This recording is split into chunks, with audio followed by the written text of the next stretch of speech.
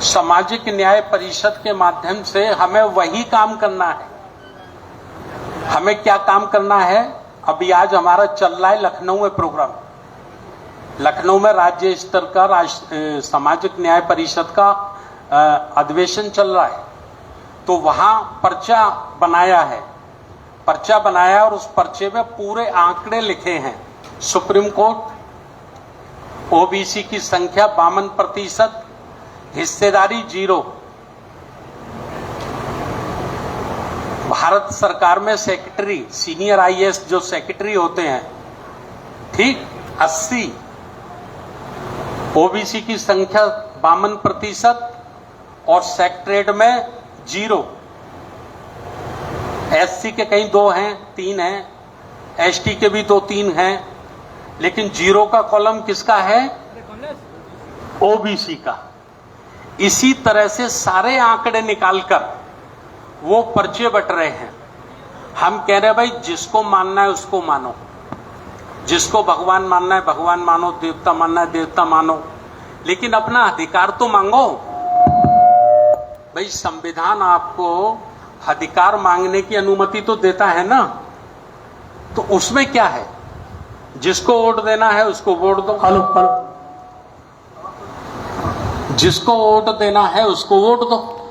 हम नहीं कह रहे आप कि हम जिसको कहें उसको वोट दो, लेकिन जब कोई आपसे हिंदू राष्ट्र की बात करने आए, किसी और राज्य की बात करने आए, तो कम से कम ये पर्चा तो उसको दिखा देना। क्यों भाई? हमारी हिस्सेदारी कहां है इसमें? हमारी भागीदारी तो बता दो। 300 बच्चों ने, देखिए दुर्भाग्य इस देश का, 300 पिछड़े वर्ग के बच्चों ने आईएएस कंपटीशन पास किया। 300 बच्चों ने इंटरव्यू पास किया, ट्रेनिंग पास की, प्री पास किया, मेन पास किया। बस उनकी ट्रेनिंग होनी थी और ज्वाइनिंग होनी थी। इस मनुवादी सरकार ने, मनुवादी फैसला करने वाले लोगों ने 300 बच्चों को कलेक्टर बनने से रोक दिया। पॉइंट लगा दिया कि ये तो क्रिमिनल में आते हैं। समझ रहे? तो भाई ये ड्यूटी तो जब फॉर्म भरा गया था तब आपको उसको स्कूटनी करते हैं, जब उसकी जांच पड़ताल करते तब आपको कैंसिल करना चाहिए था। सब जगह भागे वो बच्चे, जहां जहां जा सकते थे सब जगह गए, लेकिन 300 बच्चों को जिनको आईएएस बन गए थे, जिनको कलेक्टर कमिश्नर बनना था, वो चपरासी भी ना बन पाए कहीं। ओबीसी के लोग थे सर। ओबीसी 300 के 300 ओबीसी, समझ रहे कि नहीं? और ओबीसी प्रधानमंत्री, ओबीसी मुख्यमंत्री, ओबीसी का बच्चा जो कलेक्टर का इम्तिहान पास कर गया वो चपरासी भी नहीं है। इसको कहते हैं व्यवस्था। समझ रहे नहीं? इस व्यवस्था के विरुद्ध अम्बेडकरवाद है। इस व्यवस्था के विरोध में आप लोगों को संघर्ष करना है। तो ये सारी बातें उनको बतानी है। आगे हमें क्या करना है?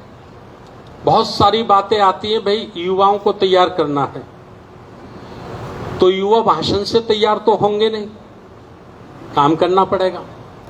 तो उसके लिए हमने ये बनाया है, युवाओं को तैयार करने के लिए धम्म सेवक संघ, डीएसएस,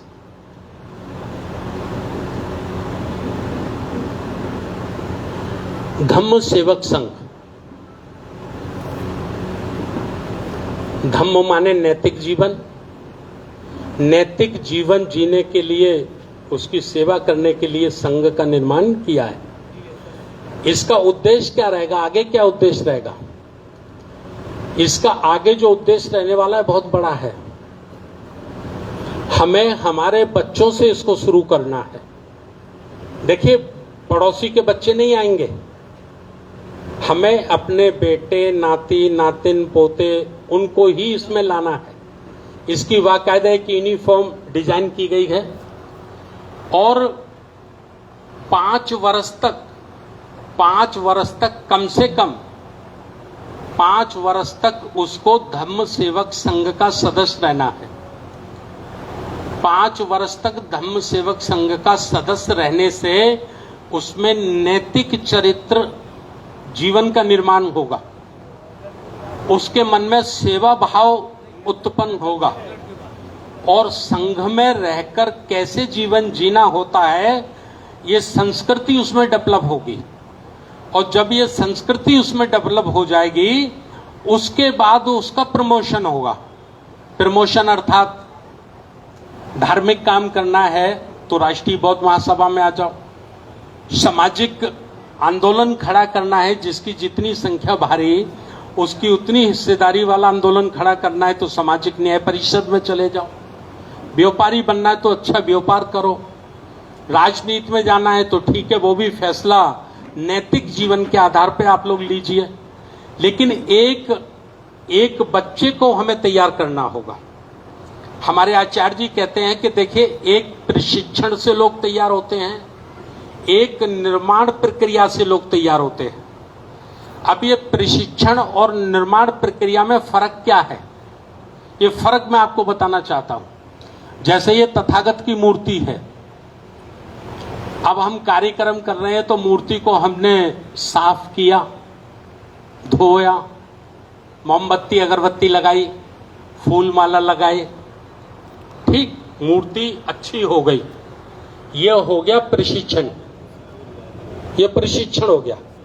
अर्थात बने हुए लोग हैं ना पहले से ही, अब बने हुए लोगों की थोड़ी सफाई हो रही है, उन्हीं को थोड़ा संभाला जा रहा है, तो ये हो गया प्रशिक्षण प्रक्रिया।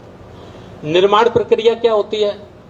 निर्माण प्रक्रिया होती है कि एक कारीगर ने पत्थर का टुकड़ा लिया और एक चैनी ली और एक हथौड़ी ली और उस चैनी से हथौड़ी से उसने मूर्ति को बनाया।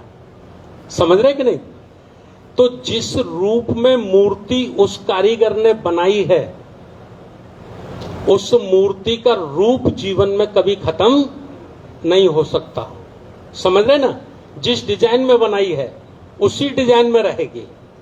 तो वैसे तो हमको निर्माण प्रक्रिया से ही गुजरना चाहिए। निर्माण प्रक्रिया के द्वारा जो तैयार किया गया होता है वो 24 कैरेट का सोना होता है, वो कभी धोखा नहीं दे सकता। समझ रहे ना? तो लेकिन चूंकि अब समय नहीं है ज्यादा, तो निर्माण प्रक्रिया भी हम शुरू कर रहे हैं। वो धम्म सेवक संघ के माध्यम से उसको हम शुरू कर रहे हैं और प्रशिक्षण के माध्यम से हम लोगों को तैयार कर रहे हैं। ये मैंने आपको बताया। दूसरा हमको क्या करना है, इसके लिए भी हमें एक जिला कमांडर,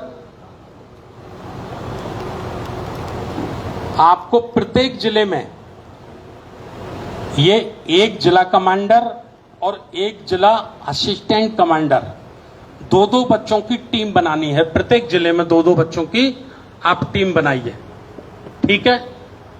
इनके अलग से प्रोग्राम होंगे। जैसे भी 18-19 मार्च को आगरा में केवल धम्म सेवक संघ का हुआ, उसमें सारे लोग वही थे जो यूनिफॉर्म में थे, जो वर्दी में थे। मतलब एक दिन हम धम्म सेवक का जीवन जिए।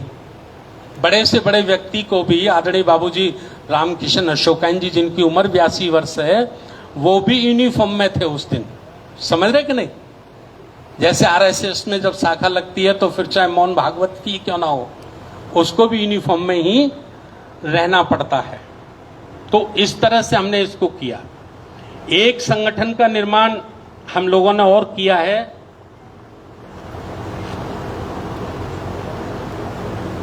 वो है